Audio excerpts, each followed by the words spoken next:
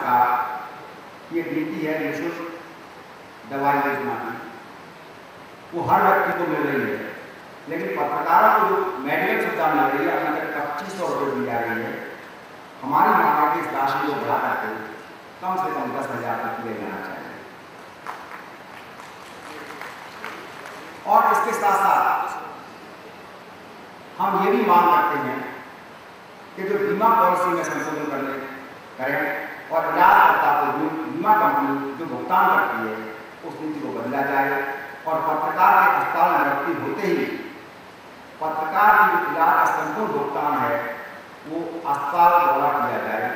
अगर दवा वहाँ उपलब्ध नहीं है किन्हीं कारणवश, वैसे आजकल राजस्थान सरकार के मुख्यमंत्री ने सारी दवाएं निःशुल्क रूप से उपलब्ध करा रही है, लेकिन फिर भी दवाएं नहीं मिलती हैं, तो हमारी ये मांग भी है कि उस पत्रकार बंधु के लिए दवाएं ऐसे भी उपलब्ध कराई जाए जिस दवा को डॉक्टर ने एक बार प्रेस्क्राइब कर दिया, वो दवा चाहे कितनी महंगी हो वो अस्पताल द्वारा मुहैया कराया जाना चाहिए।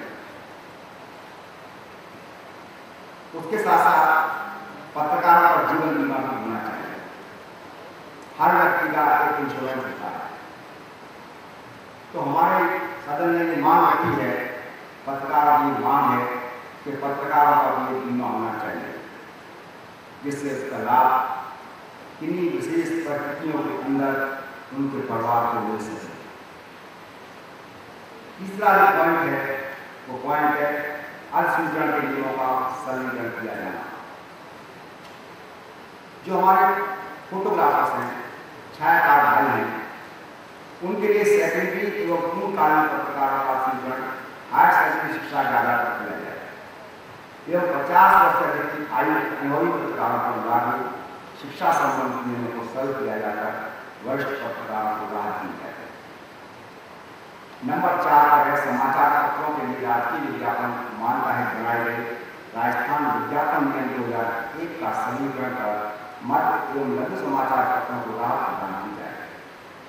विज्ञापन वितरण में छोटे बड़ों का भेदभाव समाप्त करते हुए विज्ञापन वितरण प्रणाली को एक रूपता के आधार पर वितरण किया जाए। राज्य जिले के आधार पर विज्ञापन वितरण नहीं किया जाए। विज्ञापन वितरण में रोस्टर प्रणाली के तहत विज्ञापन वितरण की जाए एवं स्थानीय स्तर पर विज्ञापन स्थानीय स्तर समाचार आइए दिया। इस प्रकार के जो वेब एलिमेंट्स हैं जो समाज में कर रहे हैं वो कभी ना कभी इस प्रकार के प्रकरण को अंजाम देते हैं कि हमारे पत्रकार भाई के साथ मारपीट और यहाँ तक कि आवाज सरकार भूखंड मेरे नाम ले, लेकिन मेजर पॉइंट जो है हमारे पत्रकार की सुरक्षा। अगर जीवन नहीं है, हमारी फैमिली हमारा परिवार अगर सफर कर रहा है तो भूखंड का क्या होगा, आर्थिक सहायता का भी क्या होगा। हम तो सबसे पहले अपनी सुरक्षा चाहिए। हम इस प्रकार से गर्मी में सर्दी में जिनको हमारा समाज देखकर कहता है कि वाह पत्रकार तुम कमाल करते हैं, उसके बाद भी वो समाज कंटक 4 आदमी भेजता है, 4 आदमी भेजने के बाद उसके साथ मारपीट कराता है, लेकिन उस समाज कंटक के अंदर इतनी हिम्मत नहीं होती कि अपना मुंह खोलकर सामने आ जाए। 4 आदमी भी उठा कराते हैं, वो उफान कराते हैं और एक अदना से पत्रकार को जो व्यक्ति अकेला जा रहा होता है उसके साथ मारपीट करके चले जाते हैं। प्रशासन कुछ भी नहीं कर पाता। हमारे भारत में इस प्रकार की घटना हासिल हो चुकी है। अंत में एक लाइन आती है, इस केस के अंदर FR लगा दी जाए। क्यों? ना तो वहाँ गवाही होती है, ना कोई सब बोलने वाला होता है। तो ये जो प्रश्न है राजीव साहब, मैं आपको फिर कहना चाहता हूँ कि इस पॉइंट के ऊपर आप माननीय मुख्यमंत्री महोदय से विचार विमर्श करते, इस पर जो भी वो कर सकते हैं, कैसा कर सकते हैं, अपन तो प्रोटेस्ट कर सकते हैं। और एक लाइन और कहूँगा कि भाइयों, अपन को जो पत्रकारिता करनी है वो निर्भीकता से करनी है। हमारे सामने लोग कितने भी आए, मुझको किसी कवि की पंक्ति याद आ रही है।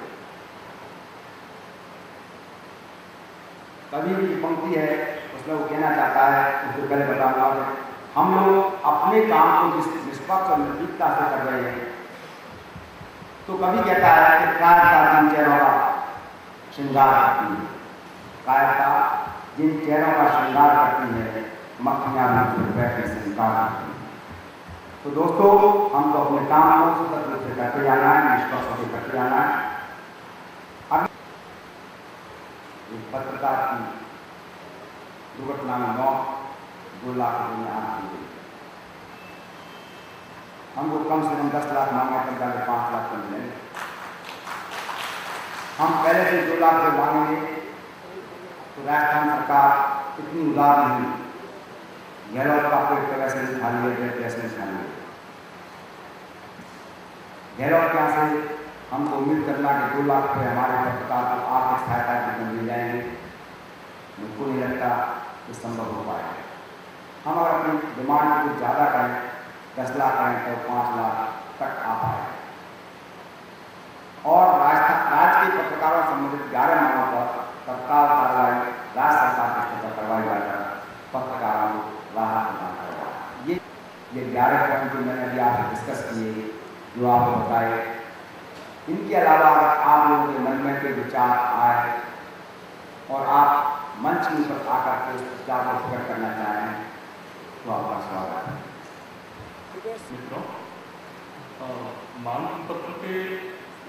मांग पत्र का हम समर्थन करते हैं, गीता ने संवाद को शुरू होने के नाते गीता के समर्थन करता हूँ। इसके अलावा मेरा ये कहना है कि इससे पूर्व ही होंगे गीता के सांसद श्री अर्जुन मेघवाल के द्वारा इनमें से 2 मांगे हम ऑलरेडी संसद में उठा चुके हैं, जिन पत्रकारों पर हमला और दूसरा ग्रामीण और तहसील स्तर के पत्रकारों को यात्रा सुविधा मिले। बाकी चीज़ों के बारे में हम लोग आपस पूर्ण सहयोग में हैं और रहेंगे। वो सांसदीय कार्यक्षेत्र है और मैं डॉक्टर दास्तान आज तक रिपोर्टर 10 साल से करता हूँ। अभी काफ़ी लोगों ने जिक्र किया था कि पत्रकारों पर हमला होता है, पत्रकारों का हमला मेरे ऊपर नहीं है। लेकिन यह है कि मेरे को शर्मिंदगी नहीं हुई, मेरे को साहस लगा कि मेरे ऊपर किसी ने प्रहार करने की हिम्मत तो की। आज ये सभी चीज़ें हैं, हम लोग सरकार से चाहते हैं, ये चाहते हैं, हमारे को ये सरकार से मिलती नहीं है। मैं ये सोचता हूँ कि आज हमारा भविष्य क्या है। पत्रकार बनने की बजाय मैं कई बार ये सोचता हूँ कि मैं कहीं दूसरा काम करता तो मैं शायद ज़्यादा सिक्योर होता। आज पत्रकार ऐसी चीज, एक ऐसे व्यक्ति का नाम है कि कहीं पे बाढ़ आती है, कहीं पे भूकंप आता है तो बाकी लोग दूसरी तरफ भागते हैं और हम लोग उसकी तरफ आते हैं।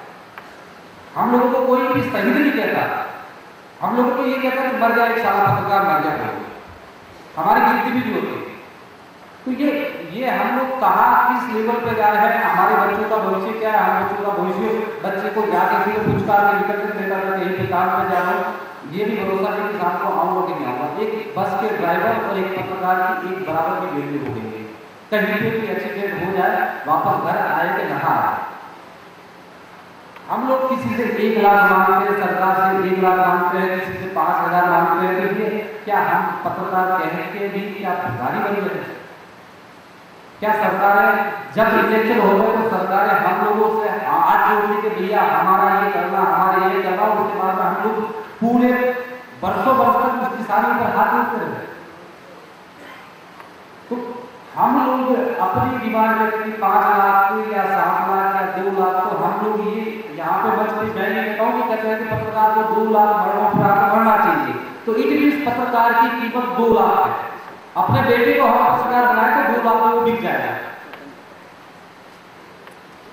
तो हम लोग कहीं पे अच्छा कर रहे हैं, संगठन से बन रहे हैं। एक छोटे से लेवल के मजदूर जो टिफिन लेके जाता है, किसी चौराहे पे खड़ा होगा, मजदूरी करता है, उसका टीडीएस करता है, ये मिलता है, उसको टीडीएस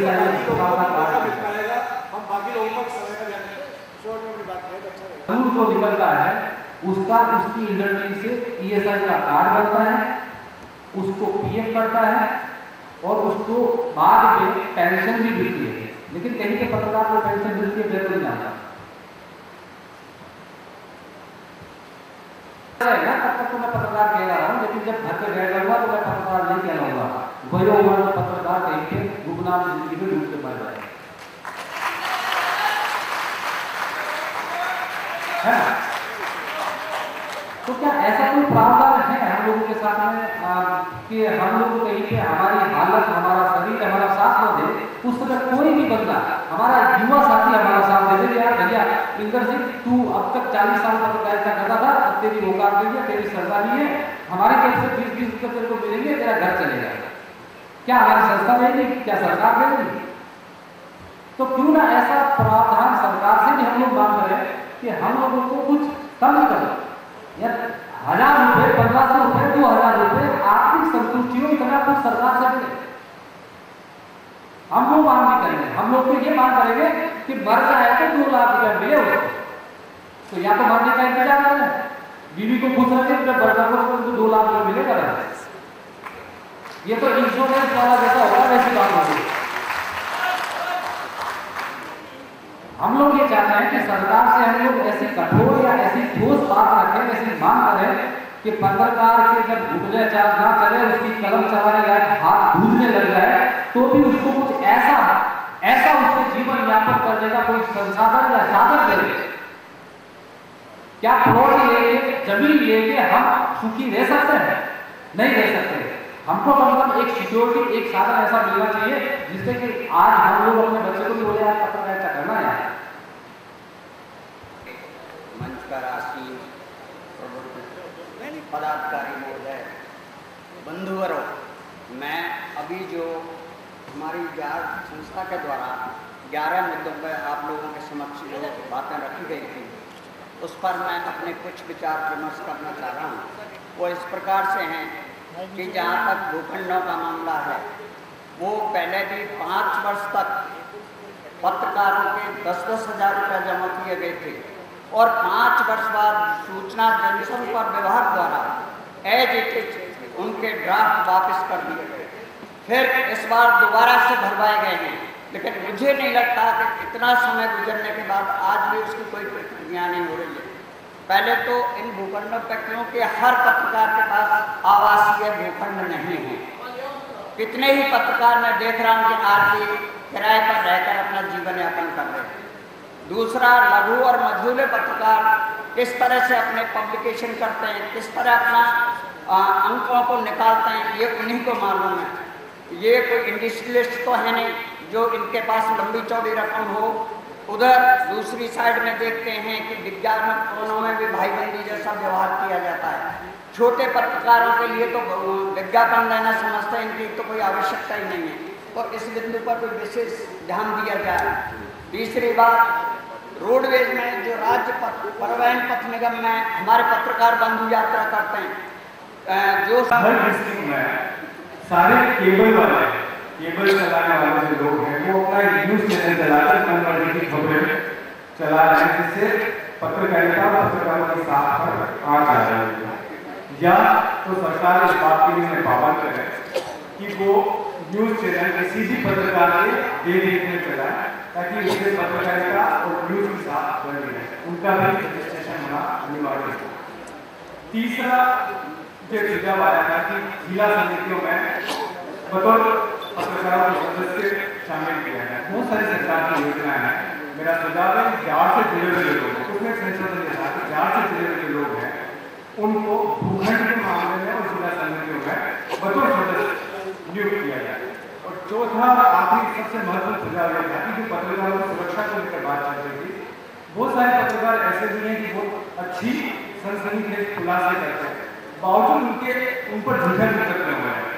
तो किसी भी पत्रकार पर कोई भी मुकदमा दर्ज होने से पहले डीएम की अनुमति अत्यावश्यक है।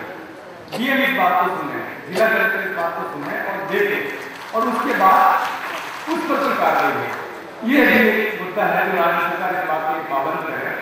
पत्रकारों के खिलाफ कोई भी मुकदमा तब तक दर्ज न हो जब तक कि डीएम की अनुमति ना हो। और आखिरी सुझाव मेरा ये है, क्योंकि मैं किसी विषय पर बात करता हूँ, कई सुझाव में ज्ञापन में शामिल किए जा सकते हैं। बहुत सारे पत्रकार व्यक्तिगत काम से भी और समाचारों को संचालित करने के लिए एक दूसरी जगह जाते हैं। सरकार के डाक में सभी जगह बने हुए हैं।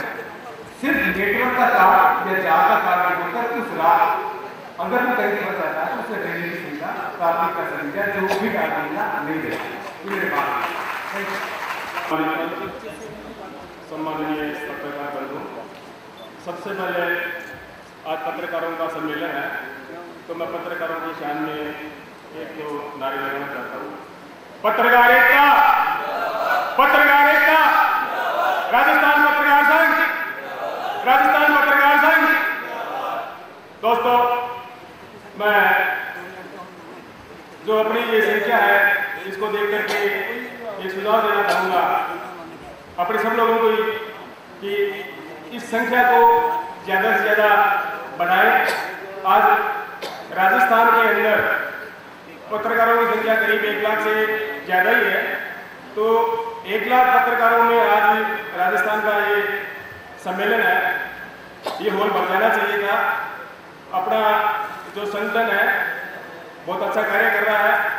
अपने को सब लोगों को उम्मीदवार दादीज बन करके ज़्यादा से ज़्यादा अपने लोगों को जोड़ना है और इसकी संख्या राजस्थान पर पैसे जो ज्ञापन होते हैं उनके बारे में लिखते हैं, लेकिन उन पर कोई कार्रवाई नहीं होती, ये हम सभी जानते हैं। हमारी जो मांगे है वो भी एक ज्ञापन के जरिए पहुँचाई जा रही है। तो मेरा ये कार्यकारिणी से जो एक करबद्ध निवेदन है वो ये है कि आप ज्ञापन की बजाय कोई दूसरा एक तरीका ढूंढे जिससे हम लोगों की जो वाचिक मांगे